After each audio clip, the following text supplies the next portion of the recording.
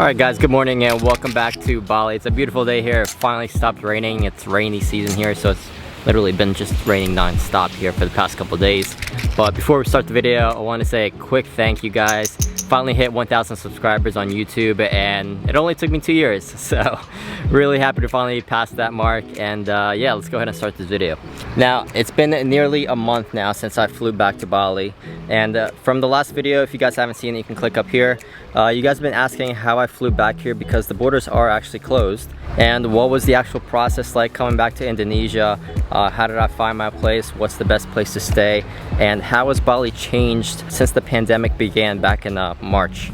So I'm here to answer all of those questions for you guys as I'm walking down this beautiful little rice field road here. Now, I actually was very skeptical about flying back to Bali because I heard a lot of stories about how visa agents were basically taking the money from foreigners trying to get back in and basically not getting a visa to them. So finding a visa agent was a difficult decision because I was very skeptical at first and very suspicious. But I did find a very reputable one here in Bali that had a lot of reviews, that had a lot of first-hand experiences, and I contacted several of the people that actually flew back to Bali before I got the visa with them. So if you guys are interested in know what visa agent I used, you guys can message me on Instagram. I'll put my handle right down there. Just message me directly and I will give you their WhatsApp number so that I'm not giving out people's personal information. Just message me directly and I'll do that for you guys. But what was the process actually like? So my visa process actually began back in October. I sent the money to my visa agent on October 14th, and exactly 14 days later I got my e-visa via email to fly to Bali. And at that point I was actually in Mexico at the time. So I was getting ready to fly to Istanbul, Turkey, which is where I would be flying to Indonesia from. So I spent about 5 or 6 days in Istanbul, Turkey. Definitely not enough time. I did an amazing food tour. If you guys want to watch it, you can click up here. Definitely got to come back to Istanbul for sure. It was an absolutely beautiful country and the food was, oh my god, the food was amazing. So when my trip ended in Istanbul, I booked a ticket from Istanbul on Turkish Airlines to Jakarta, Indonesia. You cannot fly directly to Bali, even though there are flights directly to Bali. You can't fly here. So when you guys do end up booking your flights, make sure you guys fly into Jakarta because you will not be able to fly into Bali because your flight is going to get canceled, which is, I found that out the hard way basically. So from Istanbul, you can book a direct flight on Turkish Airlines to Jakarta. Now, when getting into Istanbul airport, guys, so you have to get a negative PCR test within 72 hours of landing in Indonesia. You can get that at Istanbul airport. It's very simple. I made a video about it. You can click here. It took me about 3 hours to get my results within getting the test. It was super quick and very affordable. It cost 250 Turkish lira, which is about 29 US dollars. Now from then, honestly, the flight was very straightforward. Before boarding the flight, they just checked my visa and my negative PCR test just to make sure that I was able to get into the country. Once landing in Indonesia though, you are required to go through a health check, which is very straightforward. They just basically take your temperature and take your blood pressure, and really that's about it. And from that point you just go straight to customs where they check your visa, your passport, and you go straight to baggage claim after that. One of the things you guys should know is when you're landing in Indonesia, they will check your PCR test quite often.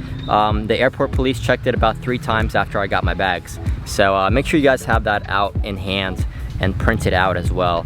Now, the big question, of course, on everybody's mind is, what is different about Bali? Is it still the same? And quite frankly, it's not the same, but there are parts where it's still quite normal here. One of the big new changes, obviously, is going to be the masks. They're doing a huge marketing campaign. I mean, there's banners everywhere. There's signs everywhere that says mask up. I'm not masking because I'm just literally by myself. But you can get fined 200,000 IDR if you're not masked up in public, and that also goes as well on the motorbike. So if you're not wearing a mask on your motorbike, you can get fined, stopped by the police as well. I'm surprised, actually, I haven't seen as many police enforcement here as I normally do. Usually I would get probably stopped by the police once a month when I lived here.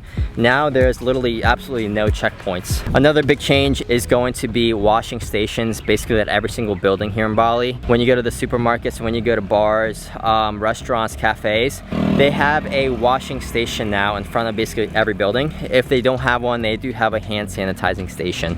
And basically you just clean your hands, wash your hands before you go in, and stay masked, and they actually check your temperature as well. Now, there are some bars like Mexicola and Old Man's that I've already visited.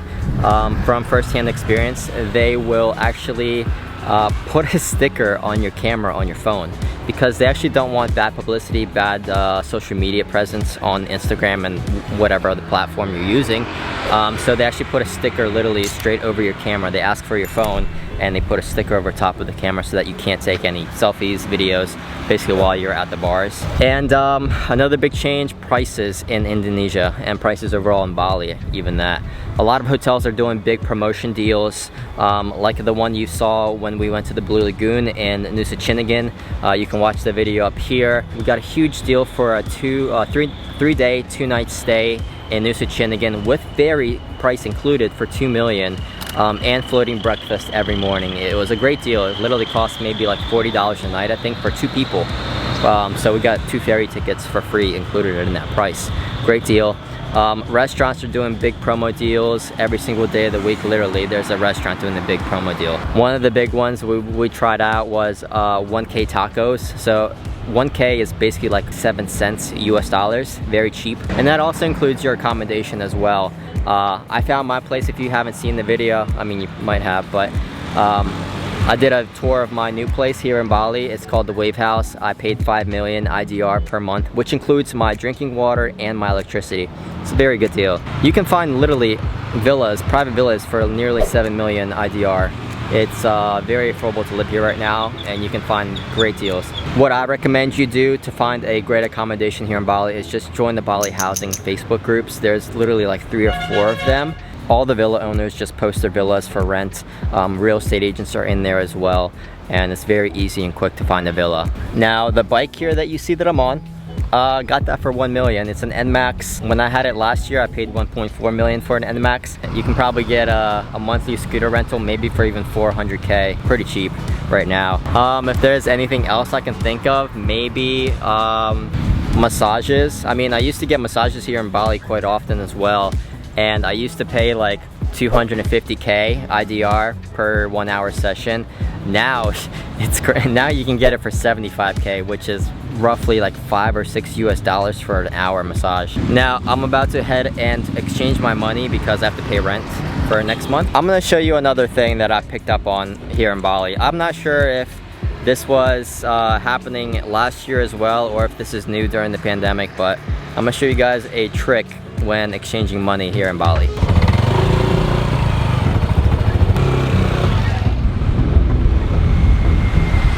So I have stopped off to get my money exchanged for the month, and right behind me is the exchange place. The current rate at like 12 o'clock is 13,775 IDR. This morning at 9 o'clock when I checked it, it was 13.6, I think, 13,600.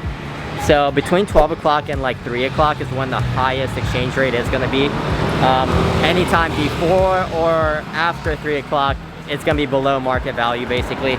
So just a suggestion, if you guys plan on exchanging money here in Bali, do it between 12 o'clock and 3. Now I'm not sure if this is like a recent thing that's happened, or if this was also happening when I was living here a year ago. I just picked up on this like literally this month. So just to help you guys out. Now if you guys found today's video helpful, please give it a like, comment down below any questions you guys have, and please subscribe to the channel. It really helps out, and I'll see you guys in next week's video. Peace.